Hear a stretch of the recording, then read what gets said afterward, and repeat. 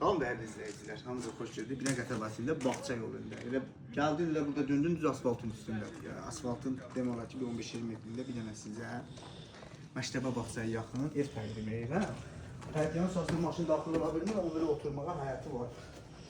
Kürsülüyü gözləyib 5 daş kürsülüyü var. Yəni burada 4 daş görünür, bir daşı yerin altındadır. Və daxil olan kimi birinci qonaq otağıdır. Bura qonaq otağıdır. Qəşəng bir turistin yeri də var. Bura bahalı materiallardır. Bilən bilir. Üstün işıqlandırılması süperdir. Solda koknadır. Bura sanitarla sanuzeldir. Bura bir otaqdır, yataq otağı. Burada ikinci yataqdır. Gördüyünüz kimi pəncərələr daha hamısı işıq verən tərəflərdir. Dərli izləyicilərim, evin qiyməti 45.000 manatdır. Kommunallar da ki, inşallah mövcuddur. Bizi izlədiyiniz üçün təşəkkürlər.